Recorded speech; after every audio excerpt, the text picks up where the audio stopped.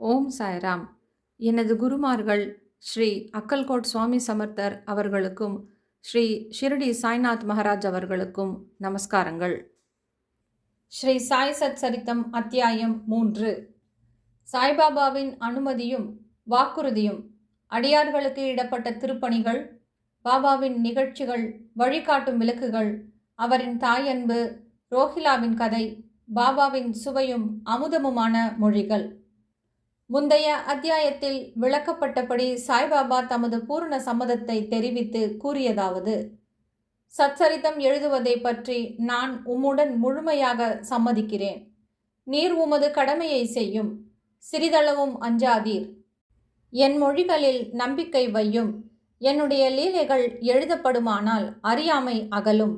அவைகள் கவனத்துடனும் பக்தியுடனும் கேட்கப்படுமானால் இவ்வுலக வாழ்க்கையின் உணர்வு தணிந்து பக்தி, அன்பு ஆகியவற்றின் வலிமையான அலைகள் மேலெழும்பும். என்னுடைய லீலைகளின் ஆழத்தில் ஒருவன் மூழ்குவானானால் அவன் ஞானம் என்னும் விலை மதிப்பில்லாத முத்துக்களை எடுப்பான்.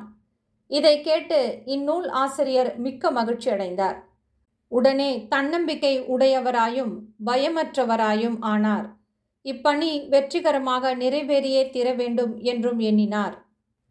பிறகு ஷாமாவிடம் திரும்பி பாபா கூறியதாவது: ஒருவன் என் நாமத்தை அன்புடன் உச்சரிப்பானாகில் நான் அவனுடைய ஆசைகளை பூர்த்தி செய்து அவனுடைய பக்தியை அதிகப்படுத்துவேன்.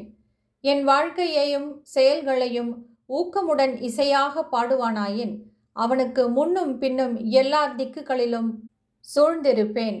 என்னிடம் உள்ளத்தையும் உயிரையும் ஒப்புவித்த அடியார்கள் இந்நிகழ்ச்சிகளை கேட்டதும் இயற்கையிலேயே மகிழ்வெய்துவர். நம்பிக்கையுடன் என் லீலைகளை எவனாவது இசைப்பானாயின் அவனுக்கு எல்லையற்ற பேரின்பத்தை நல்கி என்றும் நிலைத்திருக்கும் திருப்தியை அளிப்பேன். எவன் என்னிடம் பூரண சரணாகதி அடைகிறானோ, எவன் என்னை விசுவாசத்துடன் வணங்குகிறானோ, எவன் என்னை நினைவில் இருத்தி நிரந்தரமாக தியானம் புரிகிறானோ அவனை விடுவிப்பது எனது சிறப்பியல்பாகும். என் நாமத்தை உச்சரிப்பவர், என்னை வணங்குபவர், எனது வாழ்க்கை நிகழ்ச்சிகளை பற்றி எண்ணி இவ்வாறாக என்னை நினைவில் இருத்தி இருப்பவர்கள் எங்கனம் உலகப் பொருட்கள், உணர்ச்சிகள் இவைகளில் கவனம் உள்ளவர்களாக இருக்க முடியும்? சாவின் வாய் நின்று எனது அடியவர்களை நான் வெளியே இழுத்து விடுவேன். எனது கதைகள் கேட்கப்பட்டால் எல்லா நோய்களும் விலகும். எனது கதைகள் மரியாதையுடன் கேட்டு அவற்றை எண்ணி தியானம் செய்து கிரகித்து கொள்ளுங்கள். இதுவே மகிழ்ச்சிக்கும் திருப்திக்குமான மார்க்கமாகும். என் அடியவர்களின் பெருமையும் அகம்பாவமும் அற்றுவிடும். கேட்பவரின் மனம் அமைதிப்படுத்தப்படும்.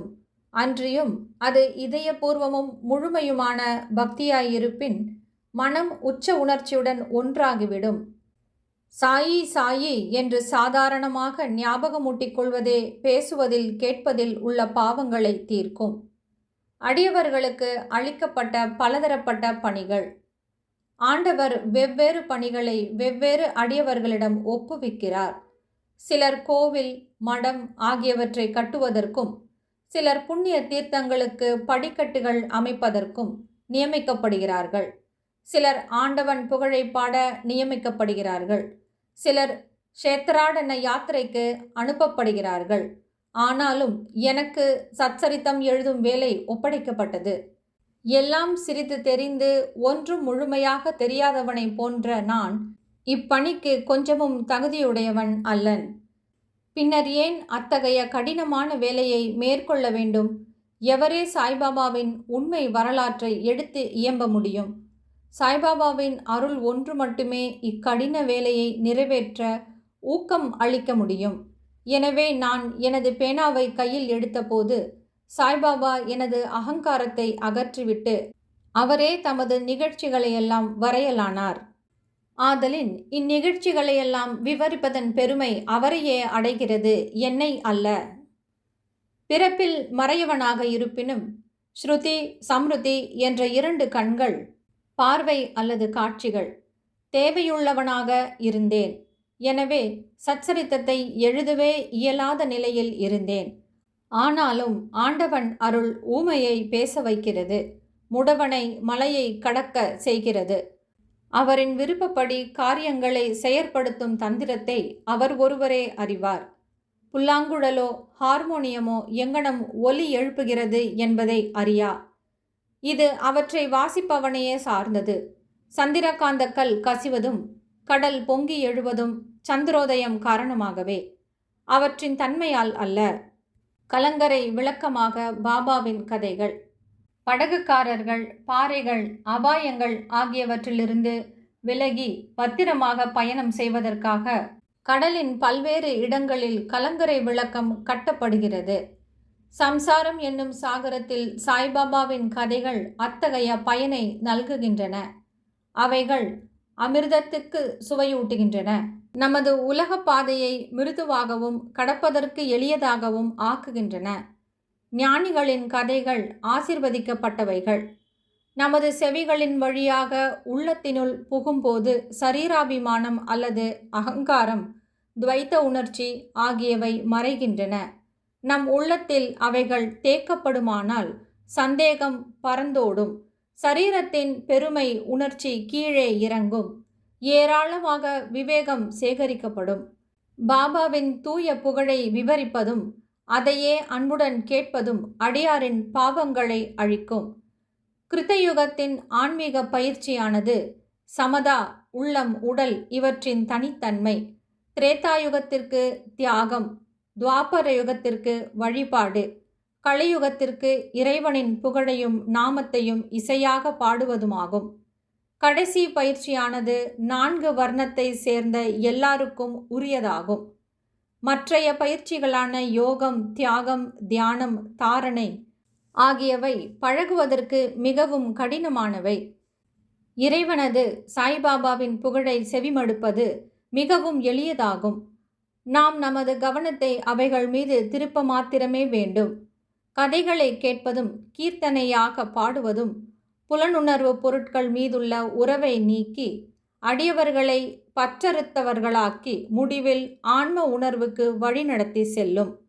இக்குறிக்கோளையே கருத்திற்கொண்டு சாய்பாபா சத் சரிதாமிருதா என்னும் அவரது கதைகளை எழுதச் செய்தார் அல்லது உதவி செய்தார்.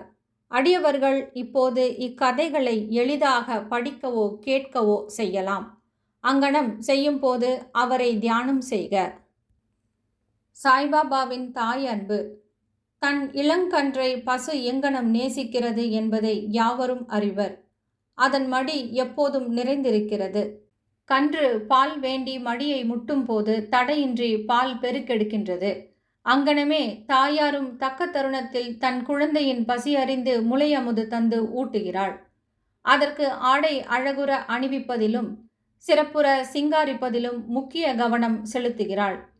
குழந்தை எதை பற்றியும் அறிவதில்லை, கவலையுறுவதும் இல்லை. ஆயின் தன் குழந்தை நன்றாக உடை உடுத்தப்பட்டு அலங்கரிக்கப்பட்டிருப்பதை கண்ணுறும் தாயின் மகிழ்ச்சிக்கு ஓர் எல்லை இல்லை.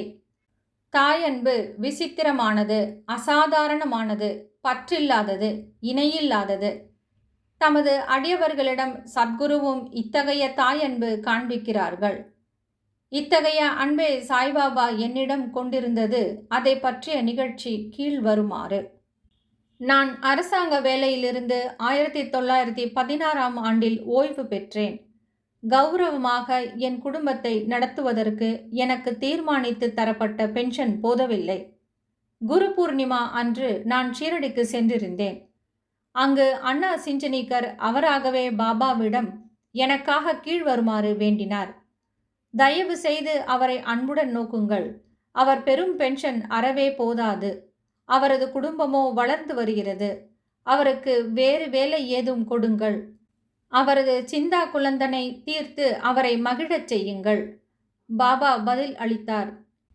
அவர் வேறு ஏதாவது வேலை பெறுவார். ஆயின் இப்போது எனக்கு பணி செய்து மகிழ்ச்சியாய் இருக்க வேண்டும். அவரது உணவு எப்போதும் நிறைந்திருக்கும், ஒருபோதும் காலியாய் இராது. அவர் தனது கவனம் அனைத்தையும் என்பால் திருப்பி நாத்திகர்கள், மதப்பற்று அற்றவர்கள், கொடுமையாளர்கள் இவர்களின் கூட்டுறவை தவிர்த்து எல்லோரிடமும் பணிவாகவும் அடக்கமாகவும் இருந்து உள்ளத்தாலும் உயிராலும் என்னை வணங்க வேண்டும். இதை செய்வாராகில் அவர் எல்லையற்ற பேரின்பத்தை அடைவார். எவருடைய வழிபாடு உபதேசிக்கப்பட்டு இருக்கிறதோ அந்த நான் என்பது யார் என்னும் வினாவுக்கு சாய்பாபா என்பது யார் என்னும் குறிப்பில் முன்னமே இந்நூலில் சொல்லப்பட்டிருக்கிறது.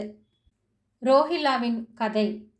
எல்லோரையும் அரவணைக்கும் சாய்பாபாவின் அன்பை ரோஹிலாவின் கதை நமக்கு காட்டுகிறது.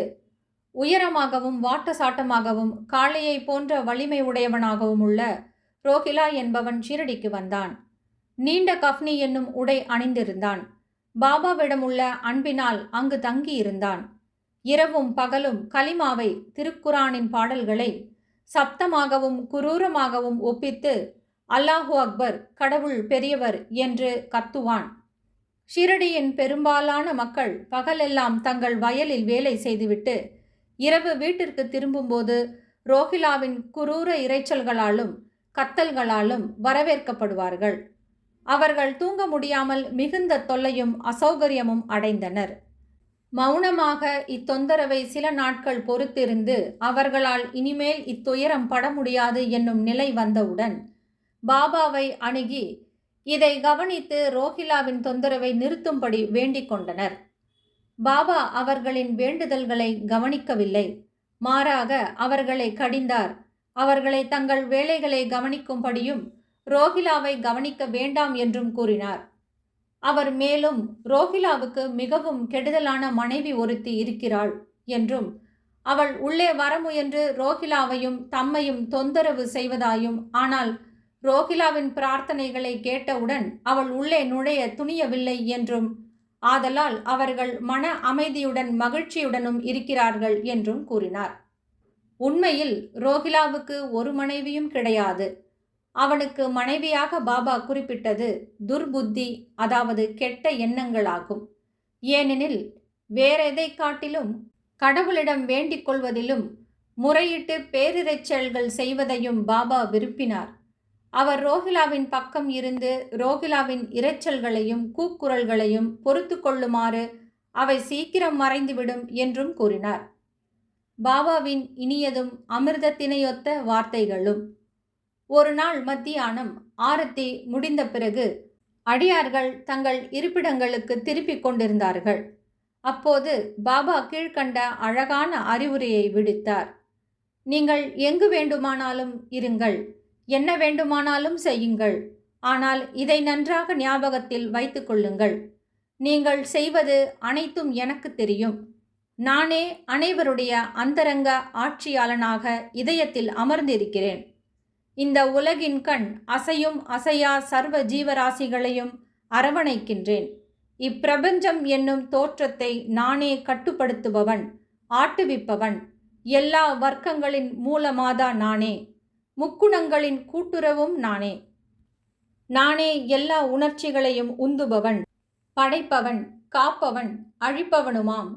என்பால் கவனத்தை திருப்புபவனை எதுவும் துன்பம் விளைவிக்காது. ஆனால் மாயை என்னை மறந்தவனை ஆட்டி உலுக்கும். எல்லா பூச்சிகள், எறும்புகள், கண்ணுக்கு தென்படுபவை, அசையக்கூடிய அசைய முடியாத உலகம் எல்லாம் என்னுடைய உடம்பு அல்லது உருவமாகும். இத்தகைய அழகான விலை மதிப்பற்ற மொழிகளை கேட்டு இனிமேல் என் குருவை தவிர வேறு யாருக்கும் நான் பணிவிடை செய்ய போவதில்லை என்று என் மனதில் நான் தீர்மானித்தேன். அண்ணா சிஞ்சனீக்கரிடம் பாபா விடுத்த பதில் உண்மையில் அது எனக்கானதாகும். அதாவது, நான் ஒரு வேலை பெறுவேன் என்னும் எண்ணம் என் மனதில் சுழன்றது. நான் அங்கனம் நிகழுமா என்று எண்ணிக்கொண்டிருந்தேன். எதிர்கால நிகழ்ச்சிகளை கண்ணுறும்போது பாபாவின் வார்த்தைகள் உண்மையாயின. நான் ஒரு அரசாங்க உத்தியோகத்தை பெற்றேன். ஆனால் அது குறுகிய கால அளவுடையது. பிறகு நான் சுதந்திரம் அடைந்தேன். என் குரு சாய்பாபாவினுடைய சேவைக்கு என்னை பூரணமாக சமர்ப்பித்தேன். இவ்வத்தியாயத்தை முடிக்கும் முன்பாக பல்வேறு இடைஞ்சல்களான தூக்கம், சோம்பல், மனது அலைதல், உணர்வுகளுடன் உறவு இவற்றை விட்டொழித்துவிட்டு தங்களுடைய முழுமையும் சிதைவுமற்ற கவனத்தை சாய்பாபாவின் கதைகளுக்கு அளிக்கும்படி இந்நூலை பயில்வோரிடம் நான் வேண்டிக் கொள்கிறேன். அவர்களது அன்பு இயற்கையானதாக இருக்கட்டும். பக்தியின் இரகசியத்தை அவர்கள் அறியட்டும். மற்ற பல சாதனைகள் புரிந்து களைப்படைய வேண்டாம். ஒரு எளிய மருந்தை அவர்கள் பற்றட்டும். அதாவது சாய்பாபாவின் கதைகளை கேட்பது. இது அவர்களின் அறியாமையை அழித்து அவர்களுக்கு முக்தி நல்கும். ஓர் உலோபி பல்வேறு இடங்களில் தங்கினாலும் தன்னுடைய புதைக்கப்பட்ட செல்வத்திலேயே சதா சிந்தனை உள்ளவனாக இருப்பதைப் போல் சாய்பாபா நம் அனைவரின் உள்ளம் என்னும் அரியாசனத்தில் வீற்றிருக்கட்டும். அடுத்த அத்தியாயத்தில் சாய்பாபாவின் ஷீரடி விஜயத்தை பற்றி கூறுகிறேன். ஸ்ரீ சாயை பணிக. அனைவருக்கும் சாந்தி நிலவட்டும். ஸ்ரீ சாய் சச்சரித்தம் அத்தியாயம் 4. ஷீரடிக்கு சாய்பாபாவின் முதல் விஜயம். ஞானிகளின் வருகை. ஷீரடி ஒரு புண்ணிய தீர்த்தம். சாய்பாபாவின் தோற்றம். கௌலிபுவாவின் கருத்து. விட்டலின் பிரசன்னம். ஷீசாகரின் கதை. பிரயாகையில் தாஸ்குருவின் குளியல். சாய்பாபாவின் அயோனி ஜென்மமும் அவரின் முதல் ஷீரடி விஜயமும். 3 சத்திரங்கள். முந்தைய அத்தியாயத்தில் சாய் சச்சரிதத்தை எழுத தூண்டிய சூழ்நிலைகளை விவரித்தேன். இப்போது ஷீரடிக்கு சாய்பாபாவின் முதல் விஜயம் பற்றி கூறுகிறேன். ஞானிகளின் வருகை. கீதையில் கண்ணபிரான் கூறுகிறார், அத்தியாயம் 4 ஸ்லோகம் 7-8, தர்மம் அழிந்து அதர்மம் தலையெடுக்கும் போதெல்லாம் என்னை நானே அவதரித்துக் கொள்கிறேன். நல்லோரை காத்து தீயோரை அழிக்க யுகந்தோறும் அவதரிக்கின்றேன். இதுவே பகவானின் அவதார நோக்கம். பகவானின் சார்பாக ரிஷிகளும் ஞானிகளும் இப்பூ உலகில் தக்க தருணத்தில் தோன்றி அவதார நோக்கம் நிறைவேறும் முகமாக தமக்கே உரித்தான முறையில் உதவி செய்கிறார்கள். உதாரணமாக, இருமுறை பிறப்பவர், அதாவது பிராமணர்கள், சத்திரியர்கள், வைசியர்கள் தங்கள் கடமைகளை புறக்கணிக்கும் போது மேற்குலத்தவரின் உரிமைகளை தவறான முறையில் பறிக்க சூத்திரர்கள் முயலும் போது, ஆன்ம ஞானம் போதகர்கள் மதிக்கப்படாமல் அவமதிக்கப்படும் போது, தன்னைத்தான் ஒவ்வொருவனும் மெத்த படித்தவன் என்று எண்ணும் போதும், தடுக்கப்பட்ட அகராதிகளையும் போதை தரும் குடிப்பொருளையும் ஜனங்கள் உட்கொள்ளும் போதும், மதம் என்னும் போர்வையில் மக்கள் தகாத காரியங்களை செய்யும் போதும், பல்வேறு இனத்து மக்கள் தங்களுக்குள் சண்டையிட்டு கொள்ளும் போதும், மறையவர் சந்தியாவந்தனம் மற்றும் தங்கள் மத பழக்க வழக்கங்களை செய்ய தவறும் போதும், யோகிகள் தியானத்தை புறக்கணிக்கும் போதும், மனைவி மற்றும் மக்கட்செல்வமே தங்கள் கருத்திற்குரிய ஒன்றே ஒன்று என்று மக்கள் கருத தலைப்பட்டு முக்தி என்னும் உண்மை நெறியிலின்று வழி தவறி போகும் போதும் ஞானிகள் தோன்றவே செய்கிறார்கள். தங்கள் மொழி செயல் வழிகளால் காரியங்களை நெறிப்படுத்துகிறார்கள். அவர்கள் கலங்கரை விளக்கையொப்ப சேவை செய்து நமக்கு மெய்நெறியை காண்பிக்கிறார்கள். இவ்வாறாக பல ஞானிகள் நிவிருத்தி, ஞானதேவ், முக்தாபாய், நாமதேவ், கோரா, கோனாயி, ஏக்நாத், துகாராம், நரஹரி, நர்சிபாயி, சஜன்கசாயி, சவதா, ராம்தாஸ் மற்றும் பலர் பற்பல காலங்களில் மக்களுக்கு மெய்நெறியை காண்பிக்க தோன்றவே செய்தனர். இவ்வகையில் இறுதியாக ஷீரடி சாய்பாபாவும் விஜயம் செய்தார். ஷீரடி ஒரு புண்ணிய தீர்த்தம். அகமத் நகர் ஜில்லாவில் உள்ள கோதாவரி ஆற்றங்கரை மிகவும் அதிர்ஷ்டம் படைத்ததாகும்.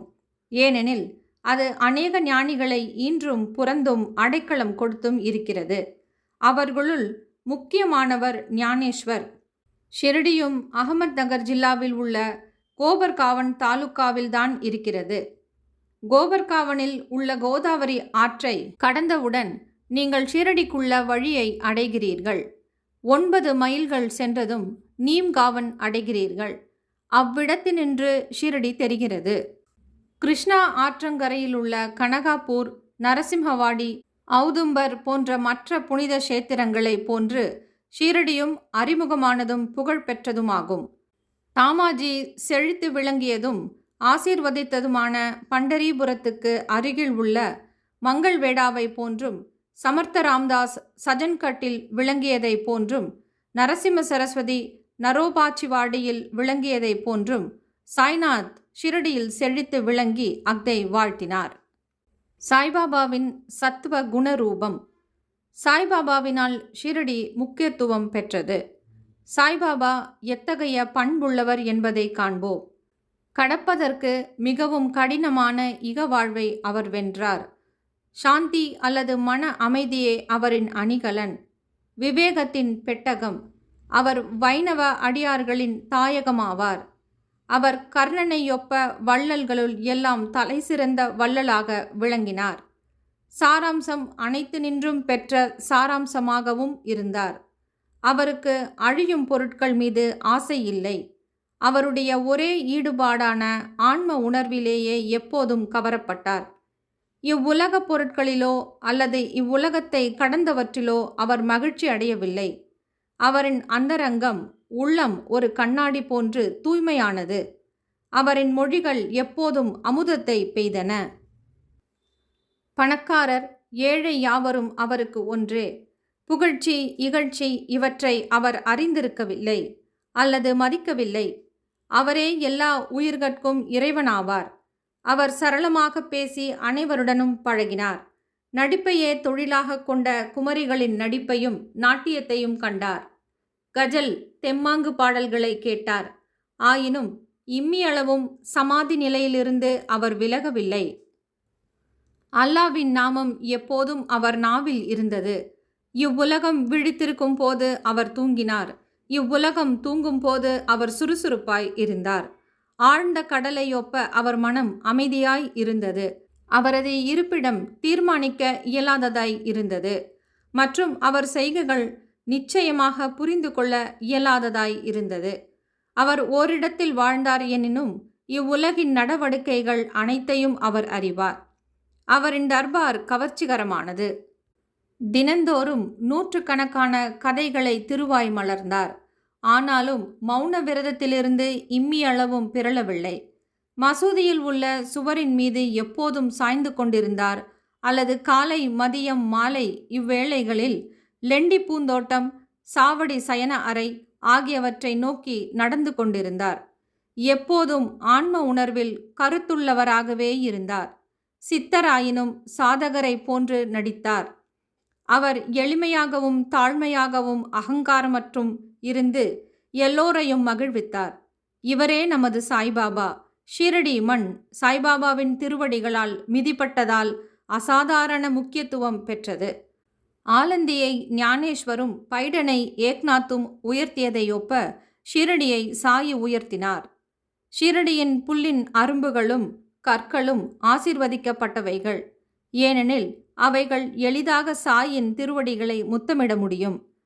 திருவடி தூளிகளை தமது தலையில் ஏற்றுக்கொள்ள முடியும். நமது அடியவர்களுக்கு ஷிரடி மற்றும் ஒரு பண்டரிபுரம், ஜெகநாதம், துவாரகை, காசி, ராமேஸ்வரம், பத்ரி, கேதாரம், நாசிக், திரையம்பகேஸ்வரம், உஜ்ஜயினி, மகாகாலேஸ்வர் அல்லது மகாபலேஸ்வர, கோகர்ணம் போன்று ஆகியது. ஷீரடியில் சாய்பாபாவுடன் தொடர்பு கொள்வதே நமது வேதமும் தந்திரமும். அஃது இவ்வுலக உணர்வை தணித்து தன்னுணர்வை எளிதில் வழங்குகிறது. சாய்பாபாவின் தரிசனமே நமது யோக சாதனம். அவருடன் பேசுவது நமது பாவங்களை கழித்துறச் செய்யும். அவரின் திருவடிகளுக்கு நறுமண எண்ணெய் தேய்ப்பதே நமது திருவேணி பிரயாகை நீராடல். அவரின் திருவடி தீர்த்தத்தை அருந்துவதனால் நமது ஆசைகள் அற்றுவிடும். அவரின் ஆணையே வேதம். அவர் உதியையும் திருநீற்றுச் சம்பல் பிரசாதத்தையும் உண்ணலே எல்லாவற்றையும் தூய்மை ஆக்கும். நமக்கு ஆறுதல் அளித்த அவரே நமது கிருஷ்ணர், ராமர். அவரே நமது பரபிரம்மம், பரிபூரணத்துவம். அவர் தாமே மாறுபட்ட இரு வினைகளுக்கு அப்பாற்பட்டவராய் தாழ்த்தப்படாமலும் உயர்த்தப்படாமலும் இருந்தார். எப்போதும் ஆன்மாவில் சத்து சித்து ஆனந்தமாக கவரப்பட்டார். அவரின் இருப்பிடம் ஷீரடியானாலும் அவரின் செயல் இலக்குகள் பரந்து பஞ்சாப், கல்கத்தா, வட இந்தியா, குஜராத், தக்காணம், கன்னடம் ஆகிய வரைக்கும் விரிந்திருந்தது. இவ்வாறாக திக்கெட்டும் நெடுந்தூரம் சாயியின் புகழ் பரவி எல்லா பகுதிகளிலிருந்தும் அடியவர் திருக்கூட்டம் அவரின் தரிசனத்தையும் ஆசீர்வாதத்தையும் பெறுவதற்காக வந்தது. அவருடைய தரிசனம் ஒன்றினாலேயே மக்களின் மனம் சுத்தமாக இருப்பினும் இல்லாவிட்டாலும் கணத்தில் அமைதியடையும். பண்டரிபுர விட்டல் ரகுமாயை சேவித்த அதே ஈடு இணையற்ற மகிழ்ச்சியை அவர்கள் பெற்றார்கள் என்றால் அது மிகையாகாது. இது போன்ற ஓர் அடியவர் சொல்வதை கேளுங்கள். கௌலிபுவாவின் பிரகடனம். ஏறக்குறைய 95 வயதுடைய கௌலிபுவா என்னும் ஒரு பக்தர் பண்டரிபுரத்துக்கு வருடந்தோறும் சென்று வருபவர். அவர் பண்டரிபுரத்தில் 8 மாதங்கள் தங்கினார். கங்கை கரையில் ஆடி மாதத்திலிருந்து கார்த்திகை வரை 4 மாதங்கள் தங்கினார். மூட்டைகளை சுமப்பதற்காக ஒரு கழுதையை தன்னுடனும் ஒரு சீடனை துணைவனாகவும் வைத்திருந்தார். ஒவ்வொரு ஆண்டும் தனது பண்டரிபுர விஜயத்தை செய்துவிட்டு ஷீரடிக்கு தான் மிகவும் அன்பு செலுத்திய சாய்பாபாவை பார்க்க வருவார். அவர் பாபாவை உற்று நோக்கி இவ்வாறாக கூறுவது வழக்கம்: இவரே ஏழைகளிடத்தும் தீனர்களிடத்தும் கருணை காட்டும் கடவுளான பண்டரிநாத விட்டலின் அவதாரமாவார். கௌலிபுவா விட்டலின் முதிய அடியவர். பண்டரிக்கு அநேக முறை விஜயம் செய்தார். சாய்பாபா பண்டரிநாதரே என்பதை பிரகடனம் செய்தார். விட்டல் தாமே தோன்றினார். இறைவனது நாமத்தை நினைத்து கொண்டிருத்தலிலும் பாடுதலிலும் சாய்பாபா மிகவும் விருப்பமுள்ளவர். அவர் எப்போதும் அல்லாஹ் மாலிக், இறைவனே எஜமானன் என்றார். தமது முன்னிலையில் மற்றவர்களை கடவுளது நாமத்தை இரவும் பகலும் தொடர்ந்து 7 நாட்கள் பாடும்படி செய்தார். இதற்கு நாம சப்தாகம் என்று பெயர். ஒருமுறை அவர் தாஸ்கனு மகாராஜை நாம சப்தாகம் செய்யும்படி சொன்னார். 7வது நாளின் முடிவில் விட்டல் பிரசன்னமாவதற்கு உறுதி அளித்தால் தான் அதை செய்வதாக அவர் கூறினார். அதற்கு பாபா தமது நெஞ்சின் மேல் கையை வைத்து, நிச்சயம் விட்டல் பிரசன்னமாவார் என உறுதி அளித்து, ஆனால் அந்த பக்தன் ஊக்கமுடையவனாகவும் பக்தியுடையவனாகவும் இருக்க வேண்டும் என்று கூறினார். தாகூர்நாத்தின் டங்கபுரி தாகூர், விட்டலின் பண்டரி, ராஞ்சோடின் கிருஷ்ணனின் துவாரகை எல்லாம் இங்கே ஷீரடியில் இருக்கின்றன. துவாரகையை பார்க்க எவரும் வெகு தூரம் செல்ல வேண்டியதில்லை. இவ்வாறாக அன்பாலும் பக்தியாலும் பக்தன் பொங்கிக் கொண்டிருக்கும் போதுதான் விட்டல் தாமே இங்கு ஷீரடியில் பிரசன்னமாவார். சப்தாகம் பூர்த்தியானதும் விட்டல் கீழ்கண்ட விதமாக பிரசன்னமாகவே செய்தார். வழக்கம் போல குளித்து முடித்த பின் காக்கா சாஹிப் தீக்ஷித் தியானத்தில் அமர்ந்திருந்தார். அவர் ஒரு காட்சியில் விட்டலை கண்டார். மத்தியானம் பாபாவின் தரிசனத்துக்காக சென்றபோது பாபா அயமர அவரை நோக்கி, விட்டல் பாட்டில் வந்தாரா? நீர் அவரை கண்டீரா? அவர் விளையாட்டு பிள்ளை போன்றவர். அவரை உறுதியாக பற்றி கொள்ளும். இல்லாவிடில் நீர் சிறிதே கவனக்குறைவாக இருப்பினும் தப்பித்து விடுவார் என கூறினார். இது காலையில் நிகழ்ந்தது. மத்தியானம் மற்றொரு விட்டல் தரிசனம். வெளியில் இருந்து ஒரு ஹாக்கர் பொருட்களை கையில் எடுத்துச் சென்று வீதியில் விற்பவன் 25 அல்லது 30 விட்டோபா படங்களை விற்று கொண்டு வந்தான். அப்படம் காக்கா சாஹேப்பின் காட்சியில் தோன்றிய உருவத்துடன் ஒத்து இருந்தது. இதை கண்டும் பாபாவின் மொழிகளை நினைவு கூர்ந்தும் காக்கா சாஹேப் தீக்ஷித் ஆச்சரியப்பட்டு மகிழ்ச்சியுற்றார். ஒரு படத்தை வாங்கி தனது பூஜை அறையில் வழிபாட்டுக்காக வைத்தார். பகவந்த்ராவ் ஷீர்சாகரின் கதை. பகவந்த்ராவ் ஷீர்சாகரின் கதை பாபா விட்டல் வழிபாட்டில் எவ்வளவு ஆர்வம் உள்ளவராக இருந்தார் என்பதை எடுத்து காட்டுகிறது. பகவந்த்ராவின் தந்தையார் விட்டோபாவின் பக்தர். பண்டரிபுரத்துக்கு வருடாந்திர பயணம் செய்யும் பழக்கமுடையவர். தமது வீட்டிலும் விட்டோபாவின் உருவம் வைத்து அவர் வழிபட்டார். அவர் இறந்த பின் அவரது மகன் வருடாந்திர பயணம், வழிபாடு, சிரார்த்தம் முதலியவை அனைத்தையும் நிறுத்திவிட்டார். பகவந்த்ராவ் ஷிரடிக்கு வந்தபோது பாபா அவரது தந்தையை நினைவு கூர்ந்து கூறியதாவது: அவரது தந்தை எனது சிநேகிதன், எனவே நான் அவரை இங்கு இழுத்தேன். அவர் நைவேத்தியம் படைக்காது விட்டலையும் என்னையும் பட்டினி போட்டார். எனவே அவரை நான் இங்கு கொணர்ந்தேன். அவருடன் வாதாடி வழிபாடு செய்ய வைப்பேன். தாஸ்கனுவின் பிரயாகை குளியல். கங்கையும் யமுனையும் சந்திக்கும் இடத்திலுள்ள பிரயாகை என்னும் புண்ணிய நதியில் ஸ்நானம் செய்வது மிகவும் பாக்கியமானது என்று இந்துக்கள் நினைக்கிறார்கள். ஆயிரக்கணக்கான யாத்ரீகள் குறிப்பிட்ட காலங்களில் புண்ணிய ஸ்நானத்திற்காக அவ்விடம் செல்கிறார்கள்.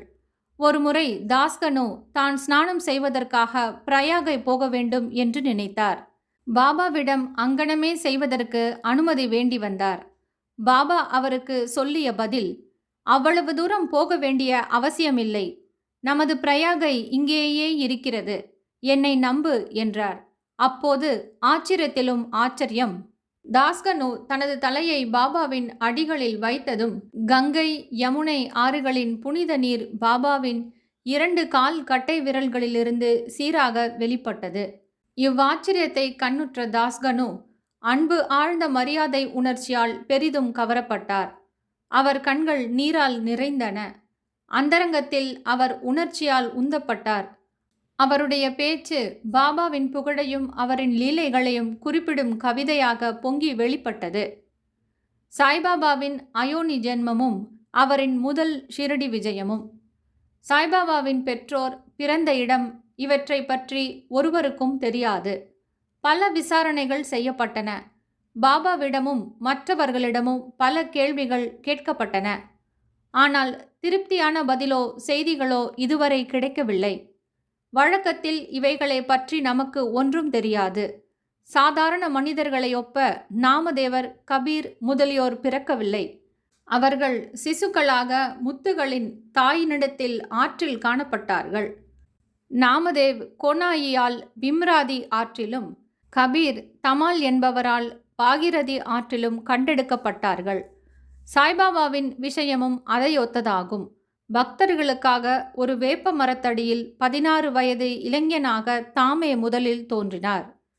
அப்போதே பிரம்ம ஞானத்தால் நிரம்பியவராக காணப்பட்டார். கனவிலும் இவ்வுலக பொருட்களின் ஆசை அவருக்கு இல்லை. மாயையை அவர் உதைத்து தள்ளினார். முக்தி அவர் தம் காலடியில் பணி செய்தது. ஷீரடியை சேர்ந்தவரும் நானா சோப்தாரின் தாயாருமாகிய ஒரு பாட்டி அவரை கீழ்க்கண்ட விதமாக வர்ணிக்கிறார். அழகும் சுறுசுறுப்பும் மிகுந்த சுந்தரமும் உடைய இவ்விளைஞன் முதலில் வேப்ப மரத்தின் அடியில் ஆசனத்தில் அமர்ந்திருந்தவாறு காணப்பட்டான். அக்கிராமத்து மக்கள் இத்தகைய இளம் வயது உடையவன் வெப்பத்தையோ குளிரையோ பொருட்படுத்தாது அத்தகைய கடின பயிற்சி பழகுவதை கண்ணுற்று ஆச்சரியத்தால் தாக்கப்பட்டனர். பகலில் ஒருவருடனும் பழகுவதில்லை. இரவில் ஒருவருக்கும் அஞ்சுவதில்லை. இவ்விளைஞன் எங்கிருந்து வந்தான் என்று மக்கள் ஆச்சரியப்பட்டு கேட்டுக்கொண்டனர். ஒரு சாதாரண கவனிப்பே அவன் மீது எல்லோரும் அன்பு கொள்ளும் அளவிற்கு அவனுடைய உருவாம்சங்கள் எல்லாம் அத்தகைய சுந்தரம் பொருந்தியதாக இருந்தது. அவன் ஒருவர் வீட்டிற்கும் செல்வதில்லை. எப்போதும் வேப்ப மரத்தடியிலேயே உட்கார்ந்திருந்தான். வெளித்தோற்றத்திற்கு இளைஞனாக காணப்பட்டான். ஆயினும் அவன் செய்கைகள் உண்மையிலேயே அவன் ஒரு பரமாத்மா என்பதை வெளியிட்டன. அவன் வேண்டுதல் வேண்டாமையின் பருப்பொருளாகவும் அனைவருக்கும் ஓர் மர்மமாகவும் இருந்தான். ஒரு நாள் கண்டோபா கடவுள் ஒரு அடியவனிடம் சாமி பிடித்தது. ஜனங்கள் அவரை, தெய்வமே, இவ்விளைஞனின் தந்தை யார், அவன் எப்போது வந்தான் என்பதை நீர் தயவு செய்து விசாரியும் என கேட்க துவங்கினர். கண்டோபா அவர்களை ஒரு மண்வெட்டி கொணரச் சொல்லி ஒரு குறிப்பிட்ட இடத்தை தோண்ட சொன்னார். அங்கனமே தோண்டப்பட்ட போது செங்கற்கள் காணப்பட்டன. அதற்கடியில் சமதள கல் ஒன்று இருந்தது. இந்த கல் அப்புறப்படுத்தப்பட்டதும் ஒரு நிலைக்கதவு தெரிந்தது. அதில் 4 சமயி 5 முக விளக்குகள் எரிந்து கொண்டிருந்தன. அது ஒரு நிலவறைக்கு அழைத்துச் சென்றது. அதில் ஜபமாலைகள், அவற்றை வைத்து ஜபம் செய்யும் பசுமுக உருவப் பைகள், மரப்பலகைகள் முதலியவை காணப்பட்டன. கண்டோபா கடவுள் கூறியதாவது: இவ்விளைஞன் இங்கு 12 ஆண்டுகளாக பயிற்சி செய்தான். பிறகு ஜனங்கள் அவ்விளைஞனிடம் இதை பற்றி கேட்க துவங்கினர். அவன் அவர்களை திசை திருப்பி அது தன்னுடைய குருவின் இடம், குருஸ்தான் என்றும் அவருடைய புனிதமான வாதன் என்றும் அதை நன்றாக பாதுகாக்கும்படியும் வேண்டிக் கொண்டான். ஜனங்கள் அப்போது கதவை முன்பிருந்தபடியே மூடிவிட்டனர். அரச மரமும் அத்தி மரமும் புனிதமாய் இருப்பது போல் பாபா வேப்ப மரத்தையும் அதே அளவில் புனிதமாக கருதி அதையே பெரிதும் விரும்பினார். மகள்சாபதியும் மற்ற அடியவர்களும் இவ்விடத்தை பாபாவின் குருநாதர் சமாதி அடைந்த இடமாக கருதி சாஷ்டாங்க சரணம் செய்தனர். 3 வாதாக்கள். வேப்பமரம் இருக்குமிடமும் அதை சுற்றியுள்ள இடமும் ஹரிவிநாயக் சாத்தே அவர்களால் வாங்கப்பட்டு சாத்தேயின் வாதா என்ற பெயரில் ஒரு பெரிய கட்டிடம் எழுப்பப்பட்டது. அங்கு திரண்ட புனித யாத்ரிகளுக்கு அது ஒன்றே தங்கும் இடமாய் இருந்தது. ஒரு பார் மேடை வேப்பமரத்தை சுற்றி கட்டப்பட்டது. தங்கும் இடமும் படிக்கட்டுகளுடன் அமைக்கப்பட்டது. படிக்கட்டுகளின் அடியில் ஒரு இருப்பிடம் இருக்கிறது. பக்தர்கள் அம்மேடையில் வடக்கு நோக்கி அமர்கிறார்கள்.